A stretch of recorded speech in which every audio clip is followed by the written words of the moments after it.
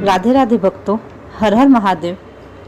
भक्तों, आज हम सभी श्रीमद् भागवत महापुराण के प्रथम खंड के 5वें अध्याय का श्रवण करेंगे। मेरी आप सबसे अनुरोध है, ध्यानपूर्वक श्रवण करें और आप जो भी डिवोटीज को जानते हैं, जो प्रभु भक्त हैं, उनके साथ जरूर शेयर करें। और जिन्हें भगवान में कोई रुचि नहीं है, जो भक्त नहीं है, उनके साथ शेयर नहीं करें। चलिए हम पाठ शुरू करें। उसके पहले सर्वप्रथम हम प्रभु श्री हरि के श्री चरणों में कोटि कोटि नमन करते हैं, प्रेम से उनका मानसिक रूप से ध्यान करते हुए। शांताकारं भुजगशयनं पद्मनाभं सुरेशं विश्वाधारं गगनसदृशं मेघवर्णं शुभांगं लक्ष्मीकान्तं कमलनयनं योगिभिज्ञानगम्यं वंदे विष्णु भवभयहरणं सर्वलोकैकनाथं।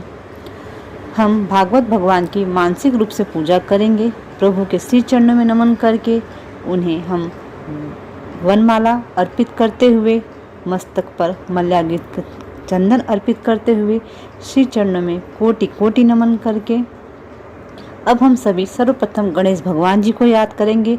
वक्रतुंड महाकाय सूर्यकोटि समप्रभ निर्विघ्नं कुरु मे देव सर्वकार्येषु सर्वदा।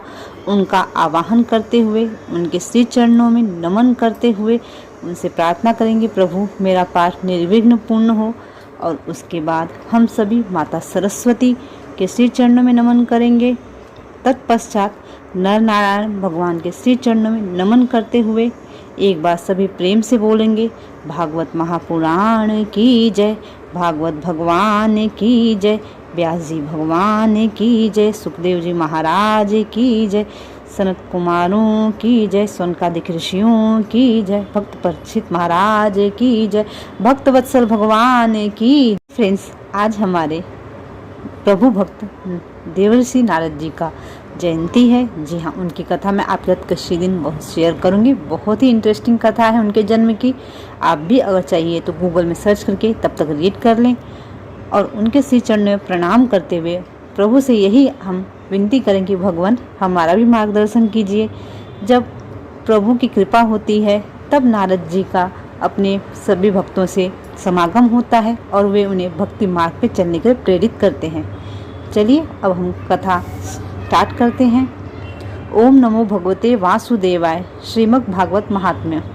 कृष्णं नारायणं वन्दे, कृष्णं वन्दे व्रजप्रियं, कृष्णं द्वैपायनं वन्दे, कृष्णं वन्दे पृथासुतं, सच्चिदानन्दरूपाय विश्वोत्पत्त्यादिहेतवे तापत्र विनाशाय श्रीकृष्णाय वयं नुमः।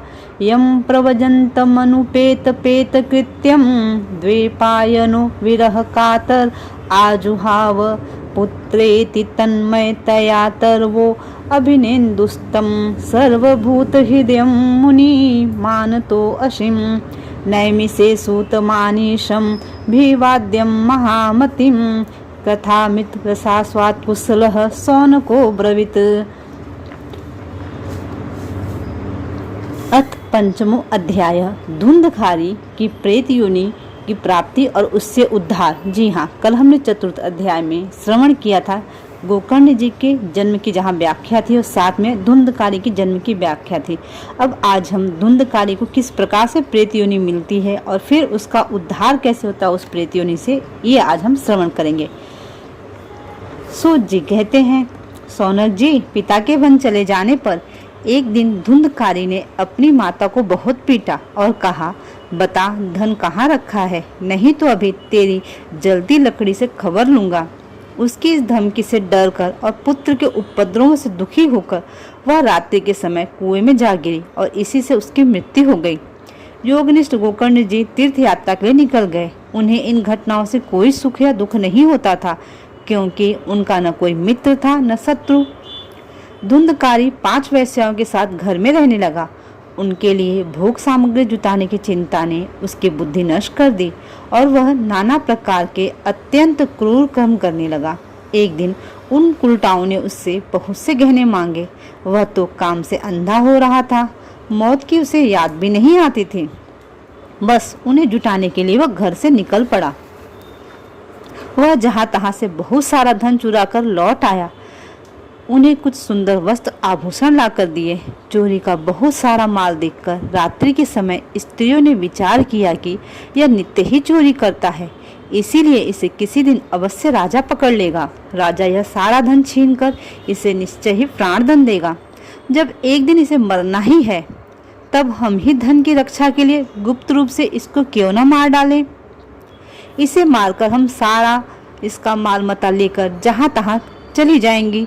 ऐसा निश्चय कर उन्होंने सोए हुए धुंधकारी को रस्सियों से कस दिया और उसके गले में फांसी लगाकर उसे मारने का प्रयत्न किया। गले में फांसी लगाकर मारने का प्रयत्न करने पर भी जब वह जल्दी न मरा तो उन्हें बड़ी चिंता हुई। तब उन्होंने उसके मुख पर बहुत से दहकते हुए अंगारे डाले। इससे वह अग्नि की लपटों से बहुत छटपटाकर मर गया। उन्होंने उसके शरीर को एक गड्ढे में डालकर गाड़ दिया।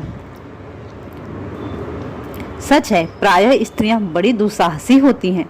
उनके इस कृत्य का किसी को भी पता न लगा। लोगों के पूछने पर कह देती कि हमारे प्रियतम पैसे के लोभ से अब की बार कहीं दूर चले गए हैं, इसी वर्ष के अंदर लौट आएंगे। बुद्धिमान पुरुष को दुष्टा स्त्रियों का विश्वास कभी नहीं करना चाहिए। जो मूर्ख इनका विश्वास करता है उसे दुखी भोगना पड़ता है। उनकी वाणी तो अमृत के समान कामनियों के हृदय में रस का संचार करती है, किंतु हृदय छुरे की धार के समान तीक्ष्ण होता है। भला इन स्त्रियों को कौन प्यारा है। वे कुलटाएं धुंधकारी की सारी संपत्ति समेटकर वहां से चंपट हो गई। उनके ऐसे न जाने कितने पति थे और धुंधकारी अपने कुकर्मों के कारण भयंकर प्रेत हुआ। वह बवंडर के रूप में सर्वदा दसों दिशाओं में भटकता रहता था तथा शीत घाम से संतप्त और भूख प्यास से व्याकुल होने के कारण हा देव चिल्लाता रहता था, परंतु उसे कहीं भी कोई आश्रय न मिला। कुछ काल बीतने पर गोकर्ण ने भी लोगों के मुख से धुंधकारी के मृत्यु का समाचार सुना। तब उसे अनाथ समझकर उन्होंने उसका गया जी में श्राद्ध किया और भी जहाँ जहाँ वे जाते थे उसका श्राद्ध अवश्य करते थे। इस प्रकार घूमते घूमते गोकर्ण जी अपने नगर में आए और रात्रि के समय दूसरों की दृष्टि से बचकर सीधे अपने घर के आंगन में सोने के लिए पहुंचे। वहां अपने भाई को सोया देख आधी रात के समय धुंधकारी ने अपना बड़ा विकट रूप दिखाया। वह कभी भैंसा, कभी हाथी, कभी भेड़ा, कभी इंद्र और कभी अग्नि का रूप धारण करता। अंत में वह मनुष्य के आकार में प्रकट हुआ। ये विपरीत अवस्थाएं देखकर गोकर्ण ने निश्चय किया कि यह कोई दुर्गति को प्राप्त हुआ जीव है।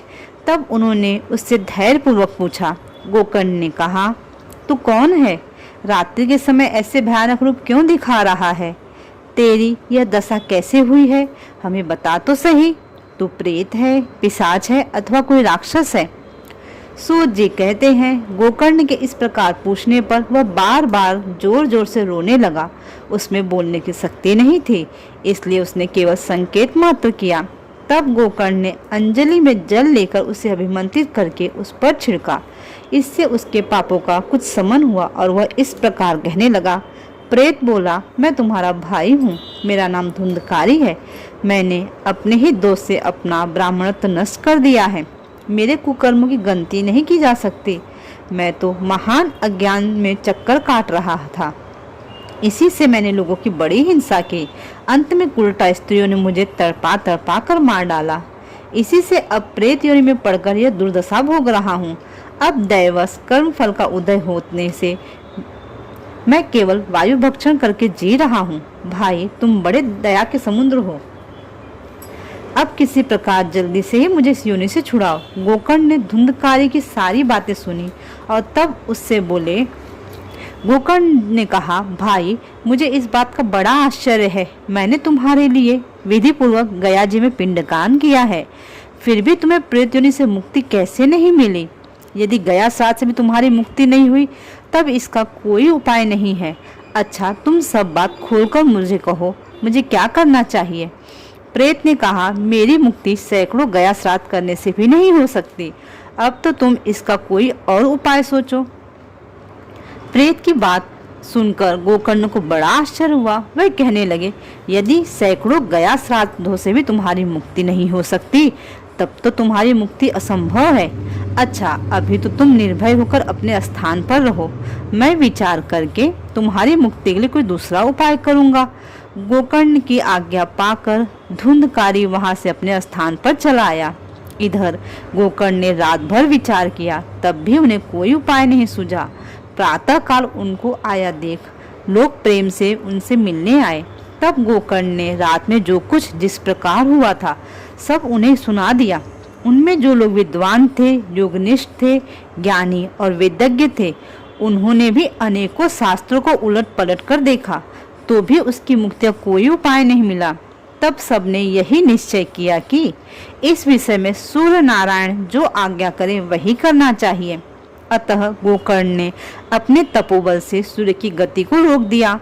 उन्होंने स्तुति की, भगवान आप सारे संसार के साक्षी हैं, मैं आपको नमस्कार करता हूँ। प्रभु, मैं भी आपको नमस्कार करती हूँ। भगवान, कोटि कोटि प्रणाम।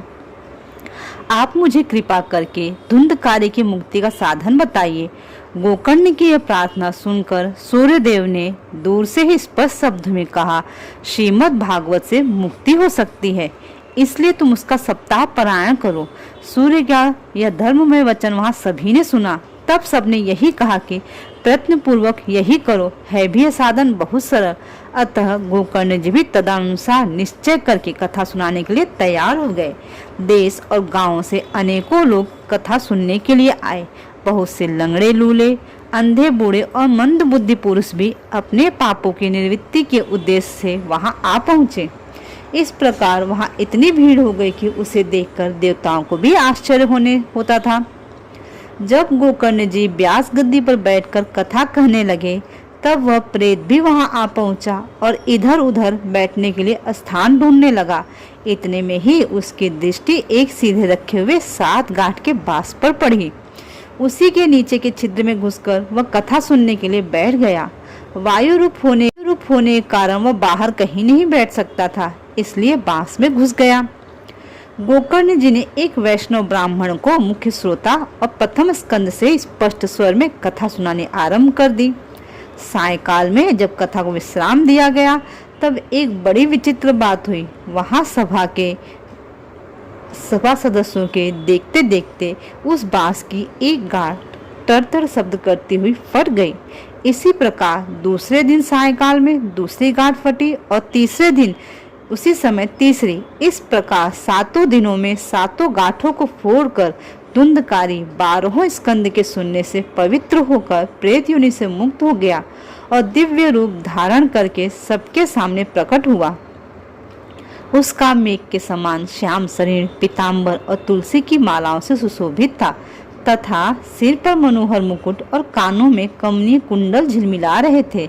उसने तुरंत अपने भाई गोकर्ण को प्रणाम करके कहा, भाई, तुमने कृपा करके मुझे प्रेत योनि की यातनाओं से मुक्त कर दिया। यह प्रेत पीड़ा का नाश करने वाली श्रीमद् भागवत की कथा धन्य है तथा श्री कृष्णचंद्र जी के धाम की प्राप्ति कराने वाला इसका सप्ताह पारायण भी धन्य है। जब सप्ताह श्रवण का योग लगता है, तब सब पाप थर्रा उठे हैं। अब यह भागवती कथा जल्द ही हमारा अंत कर देगी। जिस प्रकार आग गीली सूखी छोटी बड़ी सब तरह की लकड़ियों को जला डालती है, उसी प्रकार यह सप्ताह श्रवण मन वचन और कर्म द्वारा किए हुए नए पुराने छोटे बड़े सभी प्रकार के पापों को भस्म कर देता है। विद्वानों ने देवताओं की सभा में कहा है कि जो लोग इस भारतवर्ष में श्रीमद् भागवत की कथा नहीं सुनते हैं, उनका जन्म वृथा है। भला मोहपूर्वक लालन पालन करके यदि इस अनित्य शरीर को हिष्ट पुष्ट और बलवान भी बना लिया, तो श्रीमद् भागवत की कथा सुने बिना इससे क्या लाभ हुआ। अस्थियां ही शरीर के आधार स्तंभ हैं। नस नारी रूप रस्सियों से बंधा हुआ है। ऊपर से इस पर मांस और रक्त थोपकर इसे चर्म से मर दिया गया है। इसके प्रत्येक अंग में दुर्गंध आती है, क्योंकि है तो यह मलमूत्र का भांड ही। वृद्धावस्था और शोक के कारण यह परिणाम में दुखमय ही है। रोगों का तो यह घर ही ठहरा। यह निरंतर किसी न किसी कामना से पीड़ित रहता है। सही बात है भगवान, कभी इसकी तृप्ति नहीं होती है। इसे धारण किए रहना भी एक भार ही है। इसके रोम रोम में दोष भरे हुए हैं और नष्ट होने में इसे एक क्षण भी नहीं लगता। अंत में यदि इसे गाड़ दिया जाए तो इसके कीड़े बन जाते हैं, कोई पशु खा जाए तो यह विष्टा हो जाता है, और अग्नि में जला दिया जाए तो भस्म की डेरी होती है। ये 3 ही इसकी गतियां बताई गई हैं। सही बात है ना फ्रेंड्स, जब हम मर जाते हैं तो हमारी 3 ही गतियां होती हैं, या तो जला दिया जाता है, या फिर गाड़ दिया जाता है, या बहा दिया जाता है। यही 3 गति होती हैं। ऐसे अस्थिर शरीर से मनुष्य अविनाशी फल देने वाला काम क्यों नहीं बना लेता? जो अन्न प्रातः काल पकाया जाता है वह सायंकाल तक बिगड़ जाता है, फिर उसी के रस से पुष्ट हुए शरीर की कैसी नित्यता? इस लोक में सप्ताह श्रवण करने से भगवान की शीघ्र ही प्राप्ति हो सकती है। अतः सब प्रकार के दोषों से निवृत्ति के लिए एकमात्र यही साधन है। जो लोग भगवान की कथा से वंचित हैं, वे लोग तो जल में बुदबुदे और जीवों में मच्छर के समान केवल मरने के लिए ही पैदा होते हैं। सही बात है। क्या हम मच्छर से गए गुजरे हैं जो हम कथा नहीं सुन सकते? नहीं ना। तो हम सभी कथा सुननी चाहिए समय निकाल करके। प्रभु का दिया हुआ सब है, ये काया भी, ये शरीर भी भगवान की ही दी हुई है। तो घमंड कैसा, हर समय बिजी कैसा रहना? प्रभु के लिए समय निकालिए। भला जिसके प्रकार से जड़ और सूखे हुए बांस की गांठें फट सकती हैं, उस भागवत कथा का श्रवण करने से चित्त की गांठों खुल जाना कौन सी बड़ी बात है? सप्ताह श्रवण करने से मनुष्य के हृदय की गांठें खुल जाती हैं, उसके समस्त संशय छिन्न भिन्न हो जाते हैं और सारे कर्म क्षीण हो जाते हैं। यह भागवत कथा रूप तीर्थ संसार के कीचड़ को धोने में बड़ा ही पटु है। विद्वानों का कथन है कि जब हृदय में स्थित हो जाता है तब मनुष्य की मुक्ति निश्चय ही समझनी चाहिए। जिस समय धुंधकारी ये सब बातें कह रहा था, जिसके लिए वैकुंठवासी पार्षदों के सहित एक विमान उतरा, उससे सब और मंडलाकार प्रकाश फैल रहा था। सब लोगों के सामने ही धुंधकारी उस विमान पर चढ़ गया। तब उस विमान पर आए हुए पार्षदों को देखकर गोकर्ण ने यह बात कही। गोकर्ण ने पूछा, भगवान के प्रिय पार्षदों, यहाँ हमारे अनेकों सुहृदय श्रोतागण हैं, उन सब के लिए आप लोग एक साथ बहुत से विमान क्यों नहीं लाए? हम देखते हैं कि यहाँ सभी ने समान रूप से कथा सुनी, फिर फल में इस प्रकार का भेद क्यों है, यह बताइए। फ्रेंड्स, यहाँ गोकर्ण जी ने क्वेश्चन किया कि आप लोग सिर्फ धुंधकारी के लिए ही विमान लेकर के आए? इतने सारे श्रोतागण, इतने सारे भक्त सब साथ में बैठ के कथा सुन रहे थे, कथा तो सबने भागवत ही सुनी, तो सबके लिए आप लोग क्यों विमान नहीं लेके आए? सबको मोक्ष क्यों नहीं, प्रभु का धाम क्यों नहीं दे रहे हैं? तो यहाँ पे ना जो भगवान के सेवकों ने उन्हें बहुत अच्छी तरह से समझाया। मैं शॉर्ट में पहले वो बता देती हूँ। उन्होंने बोला ना कि देखिए, कथा सुनी सब ने, पर कथा का श्रवण और मनन और चिंतन गोकर्ण ने किया, मतलब धुंधकारी जी ने जिस प्रकार किया ना, उस प्रकार सबने नहीं किया। जैसे देखिए, म्यूजिक घर में चालू होती है, ठीक है, और आप इंस्टा चलाते रहते हैं, मोबाइल पे लगे रहते हैं, पर क्या वो म्यूजिक आपके कान में जा रही है? नहीं जाती है। या फिर आप खाना खाने बैठे हैं, जिस प्रकार किया ना, उस प्रकार सबने नहीं किया। जैसे देखिए, म्यूजिक घर में चालू होती है, ठीक है, और आप इंस्टा चलाते रहते हैं, मोबाइल पे लगे रहते हैं, पर क्या वो म्यूजिक आपके कान में जा रही है? नहीं जाती है। या फिर आप खाना खाने बैठे हैं और आप मोबाइल पे बात कर रहे हैं, किसी काम से, जरूरी काम से बात करें, तो आपको पता चलता है आप कैसा खाना खा रहे हैं, खाने का स्वाद आता है? जी नहीं, आपका ध्यान कहीं और है। इन द सेम वे ना, जब आप कोई भी कथा सुन रहे हैं, कोई भी कथा, भागवत महापुराण हो, भगवत गीता हो, कुछ भी हो, परंतु उसका फल हमें पूरा तब मिलता है ना जब हम उसको अपने हृदय में उसका चिंतन करते हैं और पूरी तरह से उतार लेते हैं अपने जीवन में। ठीक है, राम नाम रख लेने से कोई राम नहीं बन जाता, राम का चरित्र भी हमें अपनाना पड़ता है। उसी प्रकार से हम जब तक भागवत महापुराण के शब्दों को अपने जीवन में नहीं लाएंगे, प्रभु का चिंतन नहीं करेंगे, सच्चे हृदय से नहीं रहेंगे ना, तब तक कोई फायदा नहीं। बस हम कथा सुन रहे हैं कुछ दिनों के लिए, फिर भूल जाएंगे। चलिए हम कंटिन्यू करते हैं कथा को। भगवान के सेवकों ने कहा, हे मानद, इस फल भेद का कारण इनके श्रवण का ही भेद है। यह ठीक है कि श्रवण तो सबने समान रूप से ही किया, किंतु इसके जैसा मनन नहीं किया। इसी से एक साथ भजन करने पर भी उसके फल में भेद रहा। इस प्रेत ने 7 दिनों तक निराहार रहकर श्रवण किया तथा सुने हुए विषय का स्थिर चित्त से यह खूब मनन निधि साधन भी करता रहता था। जो ज्ञान दृढ़ नहीं होता वह व्यर्थ हो जाता है। इसी प्रकार ध्यान न देने से श्रवण का संदेह से, मंत्र का और चित्त के इधर उधर भटकते रहने से जप का भी कोई फल नहीं होता है। वैष्णवहीन देश, अपात्रों कराया हुआ श्राद्ध का भोजन, अश्वत्री को दिया हुआ दान एवं आचारहीन कुल, इन सब का नाश हो जाता है। गुरु वचनों में विश्वास, दीनता का भाव, मन के दोषों पर विजय और कथा में चित्त की एकाग्रता इत्यादि नियमों का यदि पालन किया जाए तो श्रवण का यथार्थ फल मिलता है। यदि ये श्रोता फिर से श्रीमद् भागवत की कथा सुने तो निश्चय ही सबको वैकुंठ की प्राप्ति होगी। और गोकर्ण जी, आपको तो भगवान स्वयं आकर गोलोक धाम लेकर जाएंगे। यूँ कहकर वे सब पार्षद हरि कीर्तन करते हुए वैकुंठ लोक को चले गए। हरि शरणम श्री हरि शरणम, हरि शरणम श्री हरि शरणम, श्री हरि शरणम श्री हरि शरणम, हरि शरणम श्री हरि शरणम, श्री हरि शरणम श्री हरि शरणम, हरि शरणम श्री हरि शरणम। बोले भक्तवत्सल भगवान की जय, भागवत महापुराण की जय। श्रावण मास में गोकर्ण जी ने फिर उसी प्रकार सप्ताह क्रम से कथा कही और उन श्रोताओं ने उसे फिर सुना। नारद जी इस कथा की समाप्ति पर जो हुआ वह सुनिए। वहां भक्तों से भरे हुए विमानों के साथ भगवान प्रकट हुए। बोले भक्तवत्सल भगवान की जय, श्री वृंदावन बिहारी लाल की जय, राधा रमण भगवान की जय। सब ओर से खूब जय जयकार और नमस्कार की ध्वनियां होने लगी। जय हो प्रभु, आपकी सदा सदा जय हो, आप सदा सुखी रहे भगवान, आपके श्री चरणों में नमन है प्रभु, कोटि कोटि प्रणाम है भगवान। भगवान स्वयं हर्षित होकर अपने पांचजन्य संग की ध्वनि करने लगे और उन्होंने गोकर्ण को हृदय से लगाकर अपने ही समान बना लिया। उन्होंने क्षण भर में ही अन्य सब श्रोताओं को भी मेघ के समान श्यामवन, रेशमी पीताम्बरधारी तथा किरीट और कुंडल आदि विभूषी कर दिया। उस गांव में कुत्ते और चांडाल पर्यंत जितने भी जीव थे वे सभी गोकर्ण जी की कृपा से विमानों पर चढ़ा लिए गए। यहाँ तक जो योगीजन जाते थे उन भगवत धाम में भेज दिए गए।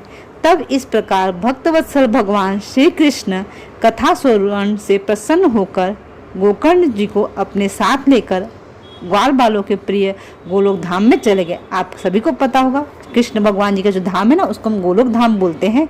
राम भगवान जी का जो धाम है उसको हम साकेत धाम बोलते हैं और जो शंकर भगवान जी का धाम है उसको हम शिवलोक बोलते हैं। जी हाँ, इस तरह से अलग अलग धाम है। तो हमारे कृष्ण भगवान जी कौन से धाम लेकर जाते हैं?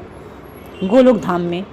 पूर्व काल में जैसे अयोध्यावासी भगवान श्री राम के साथ साकेत धाम सिधारे थे उसी प्रकार भगवान श्री कृष्ण उन सबको योग्य दुर्लभ गोलोक धाम ले गए। जिस लोक में सूर्य, चंद्रमा और सिद्धों की भी गति नहीं हो सकती उसमें वे श्रीमद् भागवत श्रवण करने से चले गए। नारद जी सप्ताह यज्ञ के द्वारा कथा श्रवण करने से जैसा उज्जवल फल संचित होता है उसके विषय में हम आपसे क्या कहें। अजय जिन्होंने अपने कर्ण पटु से गोकर्ण जी की कथा के एक अक्षर का भी पान किया था वे फिर माता के गर्भ में नहीं आए। जिस गति को लोग वायु, जल या पत्ते खाकर शरीर सुखाने से, बहुत काल तक घोर तपस्या करने से और योगाभ्यास करने से भी नहीं पा सकते उसे वे सप्ताह श्रवण में सहज ही प्राप्त कर लेते हैं। इस परम पवित्र इतिहास का पाठ चित्रकूट पर विराजमान मुनीश्वर सांडिल्य भी ब्रह्मानंद में मग्न होकर करते रहते हैं। जी हाँ भक्तों, सांडिल्य मुनि वो है जो चिरंजीवी हैं। यह कथा बड़ी ही पवित्र है। एक बार के श्रवण से समस्त पाप राशि को भस्म कर देती है। यदि इसका श्राद्ध के समय पाठ किया जाए तो इससे पितृगण को बड़ी तृप्ति होती है और नित्य पाठ करने से मोक्ष की प्राप्ति होती है। इति श्री पद्म पुराणे उत्तरखंडे श्रीमद् भागवत महात्म्ये गोकर्ण मोक्ष वर्णम नाम पंचमो अध्याय। भक्तों, आई थिंक आप लोगों को समझ में आ गई होगी। अगर आपको कुछ भी समझ में नहीं आ रहा है ना तो आप मुझे बेझिझक होकर के मैसेज करें व्हाट्सएप पे या फिर यहीं आप यूट्यूब पे मुझे कमेंट बॉक्स में मैसेज करें। मैं अपने मति के हिसाब से और प्रभु जी की जितनी भी कृपा होगी उस हिसाब से आपको समझाने का प्रयत्न करूंगी और बाकी भगवान जी की मर्जी। बोले भक्तवत्सल भगवान की जय, राधा रमण भगवान की जय, वृंदावन बिहारी लाल की जय, लक्ष्मी नारायण विष्णु भगवान की जय, माता हरिप्रिया की जय, उमापति महादेव की जय, माता पार्वती की जय, गजानन गणपति भगवान की जय, माता सरस्वती की जय, नर नारायण भगवान की जय, व्यास जी भगवान की जय, सुखदेव जी महाराज की जय, नारद मुनि की जय, माता भक्ति देवी की जय, ज्ञान वैराग्य की जय, सनत कुमारों की जय, सोनकादिक ऋषियों की जय, भक्त परीक्षित महाराज की जय, भक्त प्रहलाद जी महाराज की जय, भक्त ध्रुव महाराज की जय, भक्त बलि महाराज की जय, सभी भक्तों की जय, भक्त वत्सल भगवान की जय।